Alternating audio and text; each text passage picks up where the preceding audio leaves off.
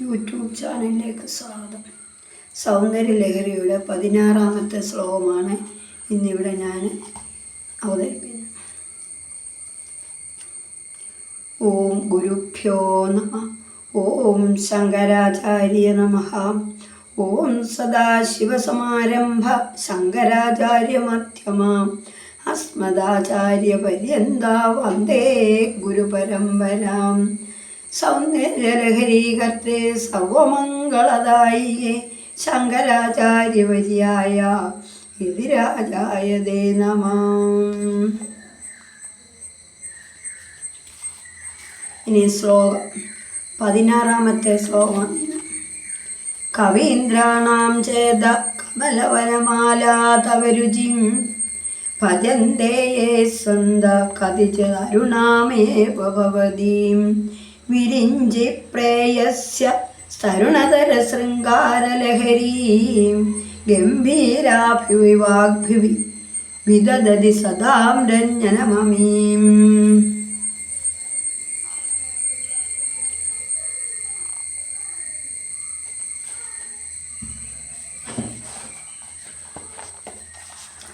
സരസ്വതീ ദേവിയെ പറ്റിയാണ് ഇന്നത്തെ ശ്ലോകം.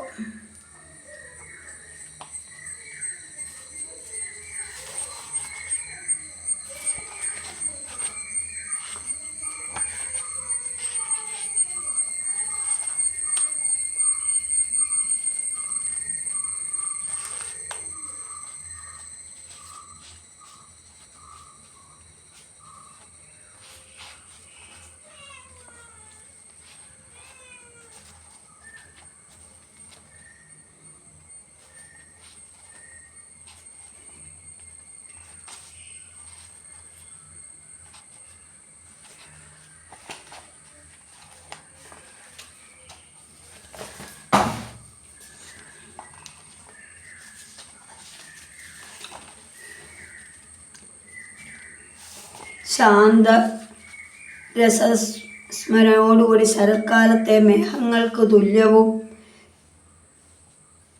ചന്ദ്ര വെണ്ണിറം കലർന്ന് എഴുതാനുള്ള ഉപകരണവും പുസ്തകം കയ്യിലെടുത്തുകൊണ്ട് ഊർജിതമായ വാക്കുകളുടെയും വിജ്ഞാനത്തിൻ്റെയും ബോധത്തെ വെളിപ്പെടുത്തി വെളുവിളയുള്ള അലങ്കാരത്തോടു ചേർന്ന് 3 കണ്ണുകളുള്ളതായി പ്രശോഭിക്കുന്നു. ജടയിൽ തിളങ്ങുന്ന കിരീടമണിഞ്ഞ് മനോഹരമായ ആകൃതിയോടുകൂടി വിളങ്ങുന്ന സരസ്വതീ ഭഗവതിയെ എല്ലാവിധ ബോധങ്ങളും ഉണ്ടാകുന്നതിനായി ഞാൻ നമസ്കരിക്കുന്നു.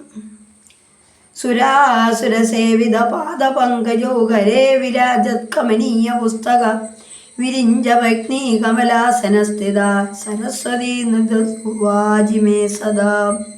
സുരന്മാരും അസുരന്മാരും വന്ന് പൂജിക്കുന്ന പാദപങ്കജങ്ങളോടും കയ്യിൽ പ്രകാശിക്കുന്ന മനോഹര ഗ്രന്ഥത്തോടും കൂടിയവളായി താമരപ്പൂവിൽ സ്ഥിതി ചെയ്യുന്ന ബ്രഹ്മാവിൻ്റെ പത്നിയും മനോഹരിണിയുമായ സരസ്വതി ദേവി എൻ്റെ മക്കൾ എല്ലായ്പ്പോഴും നൃത്തം ചെയ്തുകൊണ്ടിരിക്കണം.